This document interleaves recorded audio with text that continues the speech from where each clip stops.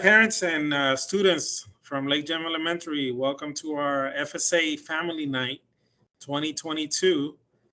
I'm going to say it in Haitian Creole, bienvenido, and I'm going to say it in Spanish, bienvenidos, todas nuestras familias. Tonight we will be speaking about FSA resources, and our Lake Gem coaches will be assisting us with a lot of the resources that we'll be sharing. I welcome all of our families and our students. If at any time you have a question, please don't hesitate to type it into the chat. We'll be monitoring that. And at the end, we might also take, or actually we will take questions. So you might, you will be able to turn on your microphone and ask it. You can also type it on the chat. If you want to type it in Spanish, you can go ahead and do so. If you want to type it in Haitian Creole, you can do so as well. And I'll try to translate the Haitian Creole through my Google Translate. For our students that are in attendance, we might have a section where you might be able to ask a question. So you can also ask it in the chat. Participation is encouraged. We just want to remind everybody to be respectful and just try to make the question concise so we can go ahead and get the answers for you. So without further delay, just really quick at the end, parents, if you can fill out the parent survey, your student will be receiving a special treat. And the parent survey will be shared with a barcode as well as the link, the tiny URL link, but also it's also listed on Class Dojo. I recommend that if you can complete the parent survey, it's only like 5 or 6 questions. If you can do it tonight, I surely appreciate it. So we can go ahead and get those to you, and we'll keep that open until probably Friday afternoon. All right, without further delay, I'm going to turn it to our coaches. Thank you, ladies.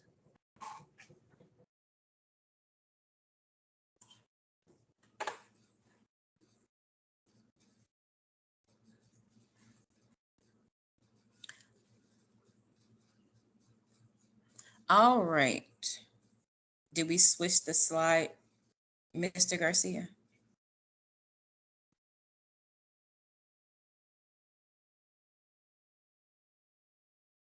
Do you see it now? FSA testing dates. No, I don't. Okay. Hello, everyone. My name is Monica Washington. I'm the CRT and the testing coordinator at Lake Gem Elementary School. And as Mr. Garcia said, we are going to be going over some helpful tips about FSA is coming up. So just pay attention, listen, make sure that you have something that you can write on and to write with, because these dates here are really important, especially for our 3rd, 4th, and 5th grade students. So we're first going to start out with our dates. All of the elementary tests are paper-based. That's why you see the PBT on the at the end here. That stands for paper-based testing. So the first test that we have coming up is going to be on April the 5th and April the 6th. That'll be session 1 and session 2 of the FSA reading for our 3rd graders. That coming Thursday, April the 7th, we will have our FSA writing for our 4th and 5th graders only. Next, we're moving into May. So all the testing for April will be for the 3rd graders, the writing. I'm sorry, for the 3rd graders, the reading, and for our 4th and 5th graders, FSA writing. In May, we will have our FSA writing for the 4th and 5th graders. That will be on May 2nd and May 3rd. And May 5th and 6th will be FSA math for our 3rd, 4th, and 5th grade students. And on May 12th and 13th will be our next generation science only for our 5th graders. And they will be taking session 1 and session 2. You can go to the next slide, Mr. Garcia. On this next slide, parents, you will see the duration of our test. So for rights, only for our 4th and 5th grade students, they will have 120 minutes to complete that assessment. 120 minutes or 2 hours. For our FSA reading, for our 3rd, 4th, and 5th graders, 2 sessions, I mentioned that before, and it will be for a duration of 80 minutes each day for session 1 and for session 2. So for session 1, they will get 80 minutes, and for session 2, they will receive 80 minutes, unless the student has accommodations. FSA math, same thing, 2 sessions, session 1 on 1 day, session 2, 80 minutes each, and the same for our 5th graders when they take the science. All right, Mr. Garcia, next slide. Are we there? Yes. Okay. I'm sorry. I just want to make sure, Mr. Garcia, because I can't see what There's everyone probably else. a delay as well, so I apologize Okay. for that. Okay. All right. All right. So next, parents, your child will be signing whenever they get ready to take session 1 of the assessment. They will be signing a test acknowledgments, a testing rules acknowledgement form. And this form just basically states that this test is secure and that students aren't to have any electronic communications or text about any of the test questions or post anything to like Facebook, Twitter, or Instagram. All right. And the reason for this is because it is secure and we want to make sure that students aren't sharing information that can cause some invalidation, which we should hear about on our next slide.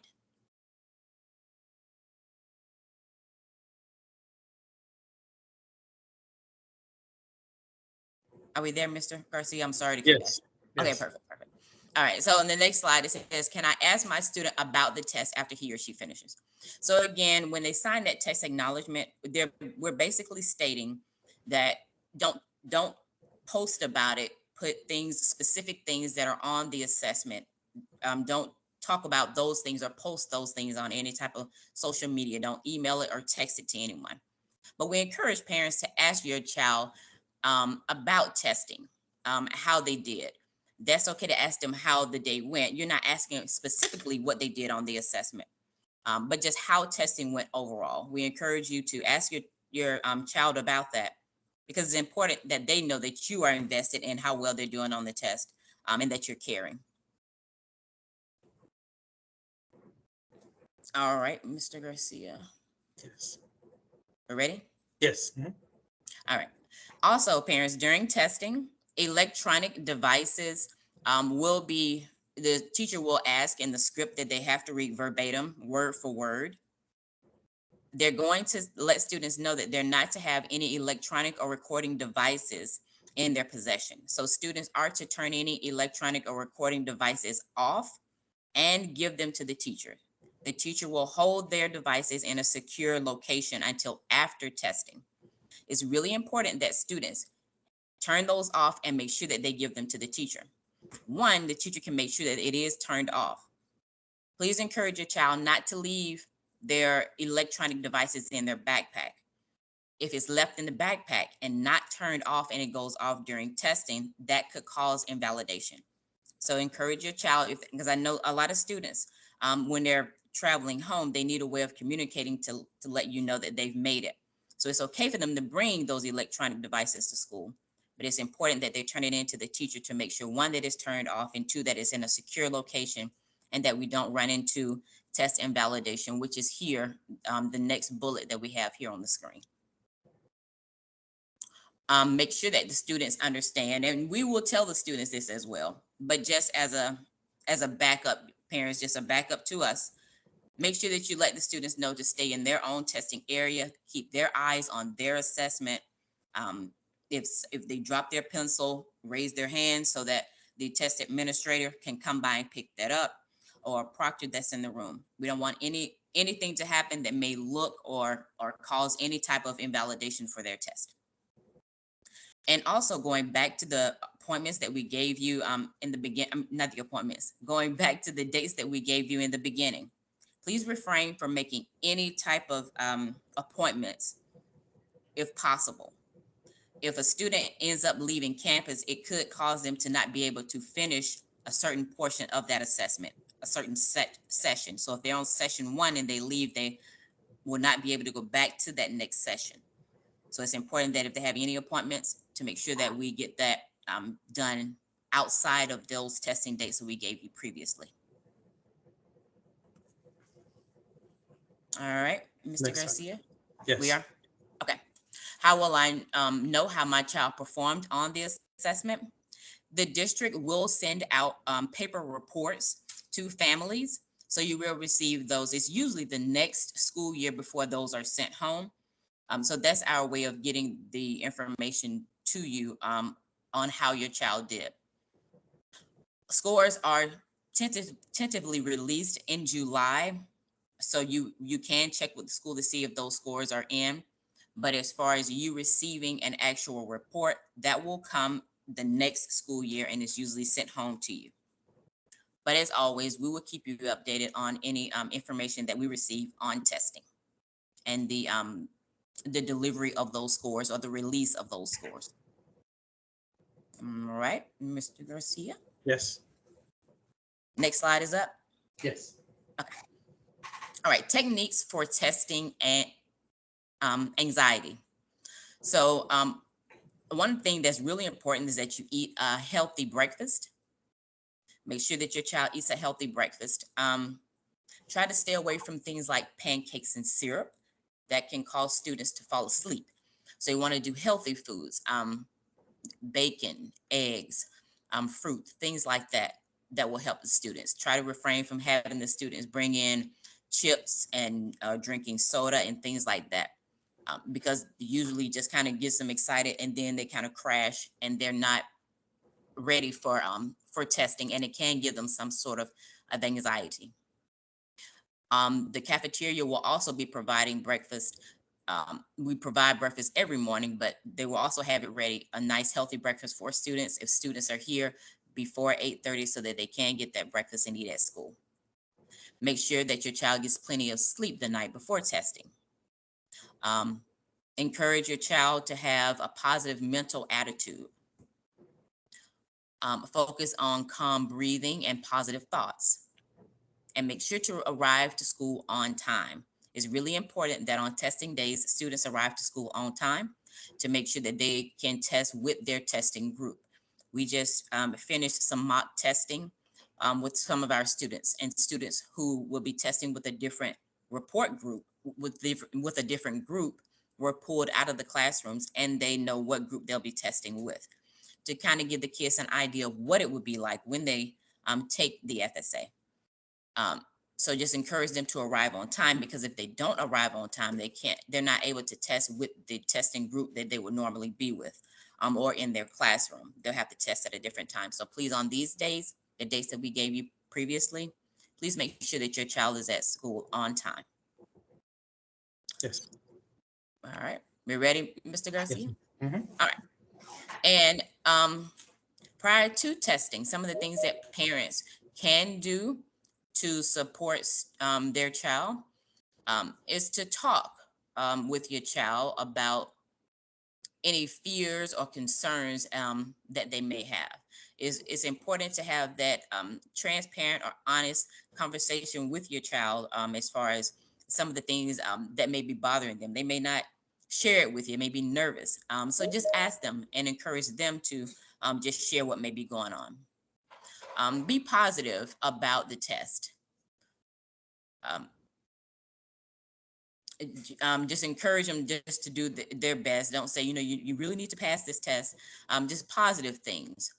The students have worked hard all year. They've been preparing for this, so they are ready for the test. So just giving them that positive information. I also have my daughter here, and I wanted her to share some things that, as a parent, what I did to try to help her have a positive experience with testing. So, Zalia, you wanted to share?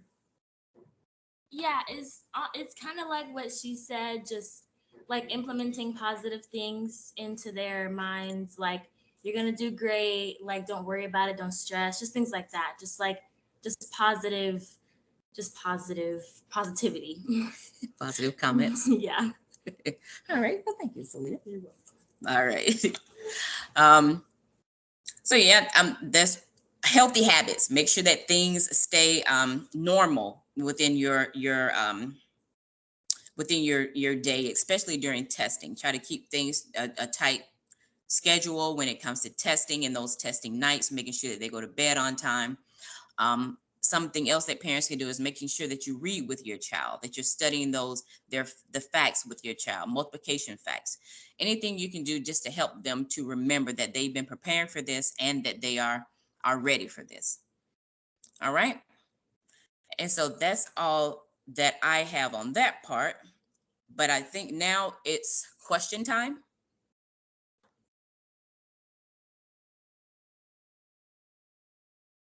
You ready, Mr. Garcia? You can show me a thumbs up. I see. I see. You're muted, Mr. Garcia.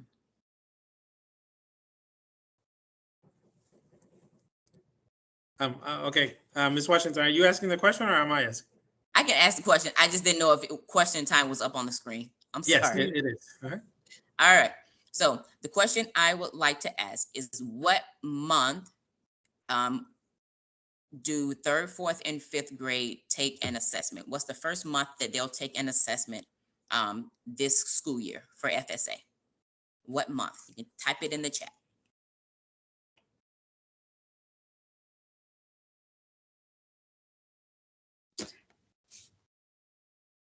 Did you push live? Could I ask the question? Yes, ma'am. Okay, my grandson Eric just started school here this year. You said that they had been training since kindergarten. Is there anything that he would not know or that he's missed? I don't think so. They've been training since kindergarten, meaning that they've been working on letters, sounds, everything that they've done from kindergarten up until this point has prepared them for testing. So whatever they've had to do over the course of kindergarten, first, second, that has all helped them to get to the point of third, fourth, and fifth grade for this assessment. So yes, ma'am, I think that your child should be fine. And the teacher is also sending home in the homework or any type of additional practice. Those things are also preparing them for testing. Okay, one more thing. Or was you going to show the schedule over again? I didn't quite understand that, and I didn't get it wrote down. Were you going to send that home with the kids, or were you going to show it again? I think we can send the testing schedule. We can send the dates home. We'll make sure that we get those sent home to you. But you can also download this PowerPoint. But we will send it home to our third, fourth, and fifth graders so that parents have a paper copy and you put it up on the refrigerator. Oh, okay. Thank you. You're welcome. Okay. Ms. Mitchell, again, it's all listed on our Class Dojo page. If you need help with access to that, I can definitely help you with that. You can come anytime to the front desk, okay? Oh, okay. And students and parents, I'm looking for answers on the chat. So you can go ahead and chat or type your answer there. You'll get a special gift if you answer the question. You don't have any answers to the question yet, Mr. Garcia? I don't see any. All right, we can check. You can also say it on the microphone. Hello? Yes, we can hear you. Oh, I was saying that the chat is not available for me. Okay. Yeah, sorry about that. Okay, if you look at the menu, you should see a little like a bubble with two lines on it. That's your chat. If you press on that, if you move the cursor around, that menu should come up. Yeah, I see it. It says chat in channel meetings is only available to team members. So I don't know. Okay, you can go ahead and ask it or tell us the answer if. Could you repeat the question, please? Ms. Washington? All right. So for third, fourth, and fifth graders, what is the first month that the students will take an FSA assessment? What's the first month that third, fourth, and fifth graders will take an assessment? That's for anyone to answer. April. Okay, I heard April. Mr. Garcia, did you catch who said April? I think it's Mr. Walters, right? Yes. Okay, Mr. Walters. Great job. Woo-hoo. Yes, thank you. So your child will be receiving a Burger King kids meal certificate. Thank you. Thank you very much. How many questions was I supposed to ask, Mr. Garcia? Oh, just one. Okay, good. All right. All right, thank you. I have a question about the FSA testing. Oh, Go ahead, Dad. We're listening. oh, I'm sorry. I didn't realize that we were still in the middle of the slides. It was really surrounding preparation in terms of, do we, as parents, do we get like a little syllabus, a little outline of some topics that we need to, practice on the weekends, something like a guide, so to speak. I can answer that, Ms. Washington.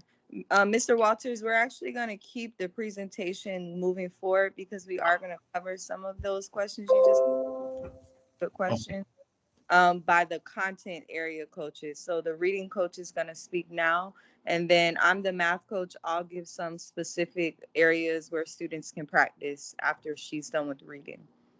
Okay? Thank you. You're welcome. And then Ms. Strickland, are you ready? Good evening, everyone. And once again, we want to welcome you as we continue to talk about the response mechanisms. And as you've heard previously, I think many of your questions will be answered as we continue along. So the PBT is the paper-based test, and response mechanisms means the type of questions that the students will be required to answer. So they will have multiple choice. Most of us are familiar with multiple choice, A, B, C, D. It could extend to E and so forth. The students have been practicing. This would be the reading portion. And the students have been practicing and they have been instructed. The instruction that they receive, the questions that they answer, they use these response mechanisms. So they're very familiar with these response mechanisms. And I will need someone to please advance the slide for me. They will also have editing tasks. The editing tasks are where they determine whether or not the underlying word or phrase needs to be corrected. So this would go back to your grammar, where we're speaking of spelling, we're speaking of the correct verb tense to use, and anything that deals with grammar. And this would be on the ELA, which is English Language Arts assessment for the students. Please, thank you. Then they will have selectable text where they fill in the bubble before a word, phrase, or sentence that answers the question. So once again, the students are receiving instruction in their classrooms with these response mechanisms. They get a lot of practice, but however, this is one that can be tricky because you see right here, it says before. The word before is underlined. So you see there's an A before the sentence, a B before C, and we see an A, B, and C. And so they have to remember that they're to bubble the choice that comes before the sentence.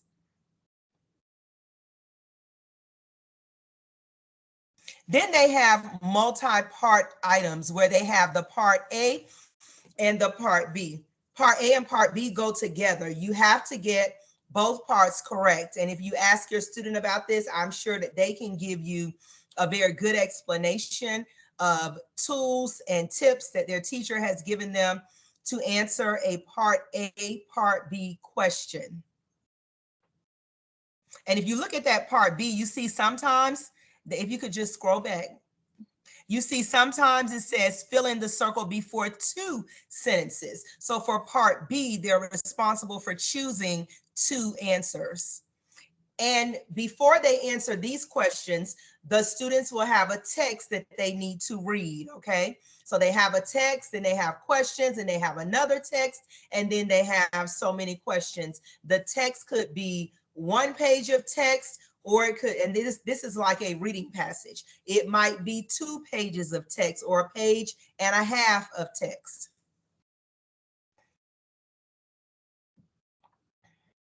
Then you have the table matches. So you see what's on the left is going to be matched with what's on the right. So for example, this particular question, this is telling them to fill in the circle to choose whether each sentence describes passage 1, passage 2, or both passages. So the students will be asked to read 2 passages, okay? Then they will have to determine greed is punished. And I'm going to assume that this is a theme question. If any of the coaches want to jump in. So I'm assuming this is a theme question. So they're going to have to answer greed is punished. Is that theme in passage 1? Is it in passage 2? Or can it be found in both passages? And then you see where they have the other themes. And so many of the parents are asking the questions, is my student prepared since the first day of school, whatever grade they're in? As I stated before, all of the instruction that they're receiving during their whole group time or their centers, the small group time with the teacher, they are receiving instruction, reading text, how to read the text, look for the answers, and how to answer these particular questions. And even in kindergarten, first grade, second, they may not have these particular response mechanisms, but everything that they're doing is leading up to this.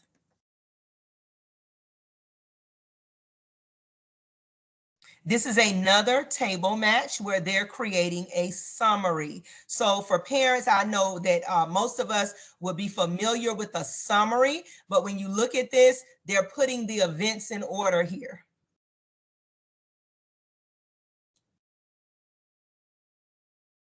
All right, so how can you support your student? That's what most of the parents want to know.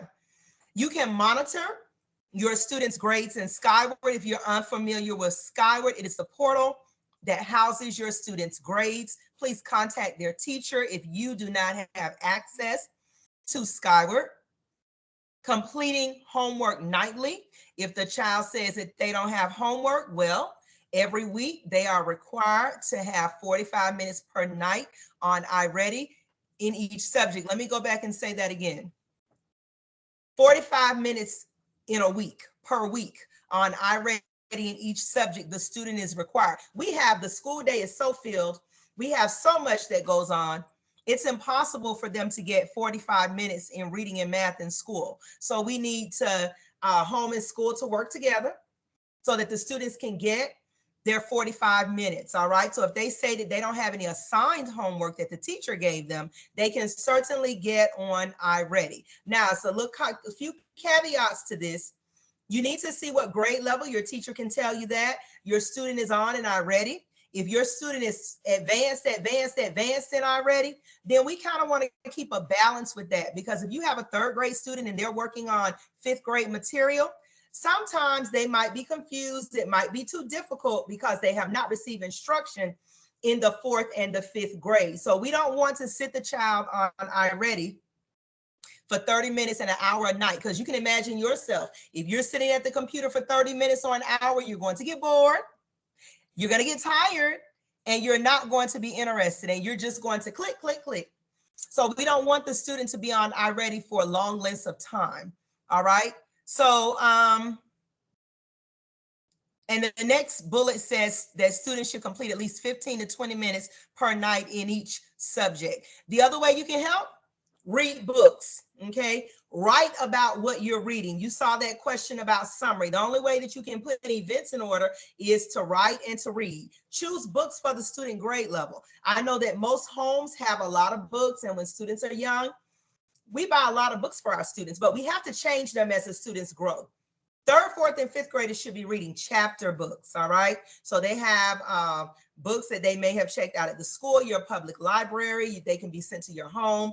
You can order them, Walmart, Target. They have chapter books. Students should be reading a balance of information, all right? The students need to read informational texts, biographies.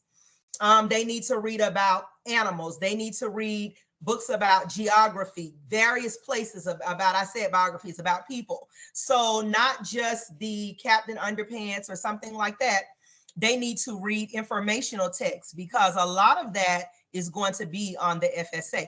And they can read to their siblings, third, fourth, or fifth graders. If they have younger siblings or cousins, they can read to them. They can also read to family members.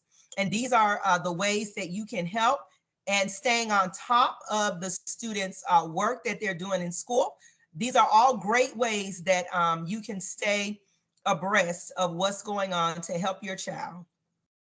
Thank you so much. Oh, I believe it's a question. Yes, Yeah. you have a question.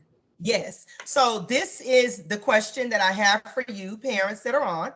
And if you could please type your answer in the chat box. All right. If you cannot locate your chat box or you're unsure, then you can unmute and answer. And as Mr. Garcia stated earlier, he has a prize that he is giving out for the first answer. Now, I went through several response mechanisms. Those are the different ways that the different ways that questions will be posed to the students. Can you name a response mechanism that the student will see on the FSA ELA assessment? Can you name a response mechanism? Type it in the chat or unmute.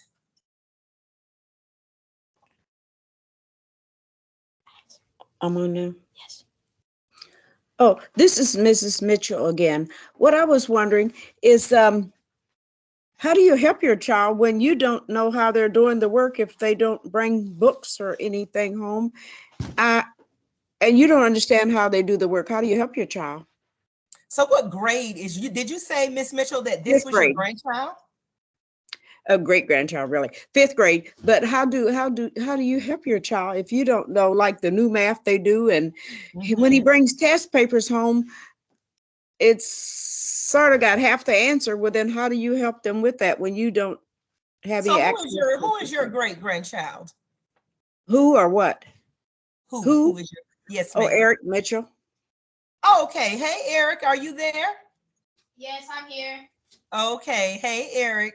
So, Miss Mitchell, iReady is a great way. Eric has a laptop, right? Yes. Okay. So iReady is a great way to help, and it kind of mimics some of what goes on in the classroom. You said he's bringing a test home, so then you would be able to look at the test to see some of those problems. Eric, do you all use you all don't use Khan Academy? Yes or no? No. Okay, so that was last year. I'm gonna let Miss Dixon tell you about the math, but the iReady for the reading, that would help. The other thing that I would say that you can do, I know his reading teacher, is to contact his reading teacher, okay? And you can ask those questions to his reading teacher, and she will be glad to suggest some other ways that you can help him at home. But primarily, the iReady is going to help him quite a bit. All right, so that is one thing that I would suggest, 15 to 20 minutes per night on the iReady.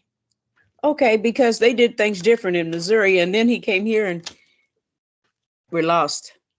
Yes, and so that's yes, and I worked in that classroom, so I've worked with Eric, and you're absolutely correct. Every state has their own assessment, and every state test somewhat different, but then some things are the same. Florida, you're right, is a little different. You're absolutely right. So those are the ways that I would suggest, like I said, that you can help. And Ms. Moss will be glad to answer any of the other questions that you have. Okay, thank you. Yes, ma'am. Ms. Strickland? Yes. Since Ms. Mitchell participated, I'm going to go ahead and give that certificate to Eric, okay? Awesome. Thank you so much. I'm going to turn it over to our math coach. All right, good evening, everyone. I'm Ms. Dixon, the 3rd through 5th grade math and science coach. And I'm going to be going over some math response mechanisms that students will see on the FSA test. The first one you'll see on your screen is called a grid. So students will have to solve out a math problem. For example, maybe adding 2 fractions together. When they get their answer, instead of it being multiple choice and selecting an answer, they will have to write their answer in those boxes, and then grid in the corresponding bubbles. They're also practicing this in class. They see this throughout the unit, whether it be an exit slip or math centers or also on the math test. So they are very familiar with this response mechanism. The next one that you'll see is similar to the ELA, Part A and Part B. I just want to add, for Part A, Part B questions, the students have to answer both parts correctly to get credit. So they don't do partial credit for these questions. It has to be both Part A and Part B correct. Another is multi-select, where students have to select all of the correct answers. So there may be 2, there may be 3, which means they literally have to go through each answer choice to make sure they have selected all correct answers, not just one. And then also similar to ELA, where they'll have multiple boxes, and they need to make sure that they're selecting an answer in each of those boxes. How can I support my student for the math FSA? So to answer your question a little bit, Ms. Mitchell, with fifth grade, the most important thing beyond iReady Math is knowing their multiplication facts quickly and being able to recall them fluently. So right now we have a reflex math challenge that's taking place. The students can use reflex math every night at home, and that lets them practice their multiplication facts and division facts. And if they are 100% fluent by April 29th, they will be invited to an ice cream party. We already had our February 28th milestone, which was if they were 50% fluent, they would get a special treat. And for this month, by the 31st of March, if they're 75% fluent, they can earn a special treat as well. Another thing outside of iReady Math are multiplication and division flashcards. You can just order some from Amazon or order some offline and practice with your student at home. Ensuring your student is completing their math homework or any math assignments that come home from the teacher.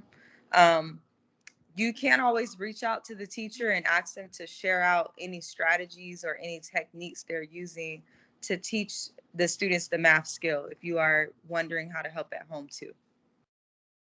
And the next area I wanted to go over is science. Only fifth graders will take the SSA, the science assessment. This assessment kind of looks like a reading test. So it's testing their knowledge of science, but if you look at this response mechanism, there is a lot of reading. So this one is an example of a multiple choice question where the students have to identify science tools. Also, they may give them pictures or diagrams, and the picture or diagram will help the students in answering that question. For science, there is always only multiple choice, only one answer. So they won't see select all, multi-select, matching table, part A, part B. It's very straightforward. So one answer for each question. How can I support my students for the statewide science assessment? For science, you can have your student, if they are in fifth grade only, we don't use it for the other grades, they can use Study Island every night. We currently have a Study Island challenge. The students are going back and revisiting the big ideas. Big ideas are content areas, so different topics within the unit. So they're completing a lesson, and then they can also answer practice questions. The practice questions look identical to that statewide science assessment. So they're essentially preparing for the SSA by using Study Island. Each date on this little chart that I made here, the students can earn a treat. If they finish all of the topics by May 9th, they will be invited to a Panda Express lunch party. In addition to Study Island, the students take lots of notes in class with their teachers. They can study their notes. Another thing, as a fifth grade classroom teacher, I used to have my students make vocabulary flashcards. That is something they could do at home.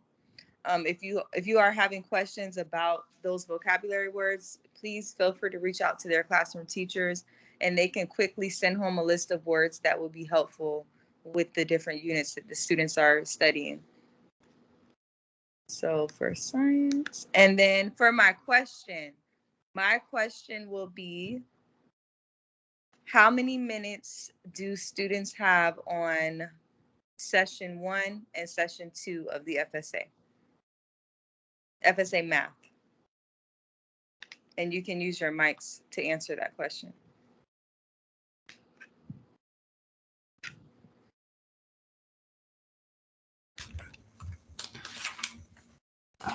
I would answer. I would like to answer.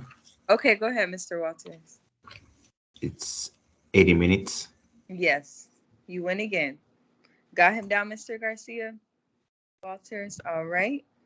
And then lastly, this is open to every coach and as well as every parent. If we have not answered any questions, are there any further questions about testing or any other things that we've covered, other topics we've covered this evening?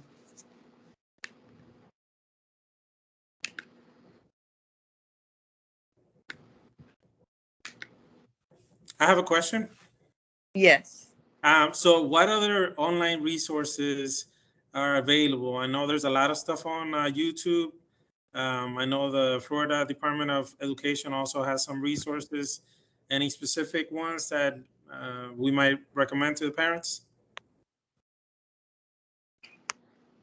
Ms. Strickland, do you have any other resources?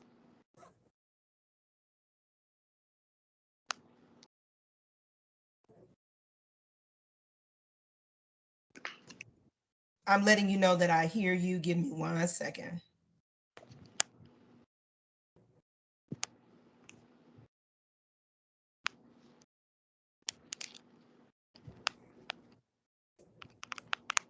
What we can do is we can send ideas and other suggestions to Mr. Garcia to possibly list in the class dojo for parents.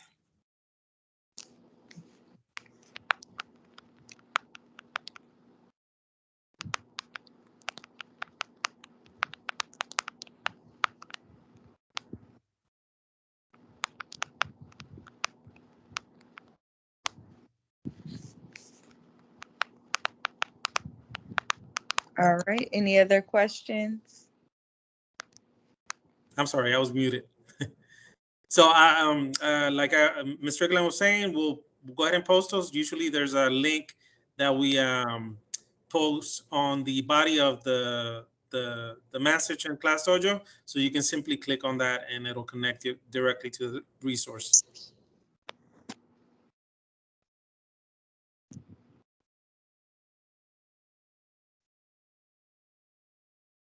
All right, if there's not any other questions, do you want to go to that last slide, Mr. Garcia, with the survey?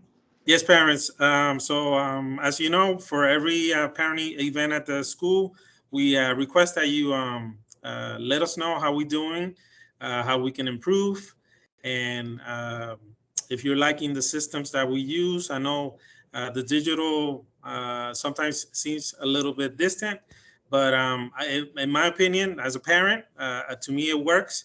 A lot of the information that we share, I'm able to go on at any time, for example, on Class Dojo for my daughters, or on YouTube. You know, there's a lot of resources that I can do on my own after the event. So to better our systems and to better our presentations, we request that you assist us with completing parent survey. And again, anytime I get a parent to fill out a parent survey, I usually will make sure that the student receives a special treat. So I thank you for participating and letting us know how we're doing.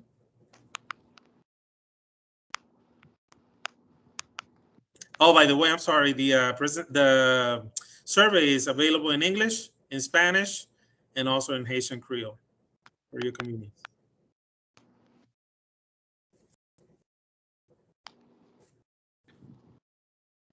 Anything else, coaches? No, that'll be all. If you guys We have just want to say, go ahead, Ms. Strickland. And we just want to say thanks again to, I cannot see all of the names, so I don't know if it's anyone beyond Mr. Walters and Miss Mitchell, but thank you so much, Eric and the Walters family, the students that reminded their parents, and for jumping on. We greatly appreciate you. It takes the home and school working together for success. And so that's very, very important. And so we appreciate you once again. Yes, thank you, everyone. Have a great night. Have a Have great a night. great night. As I remind the parents, there's no class on Friday. And if we don't talk to you before then,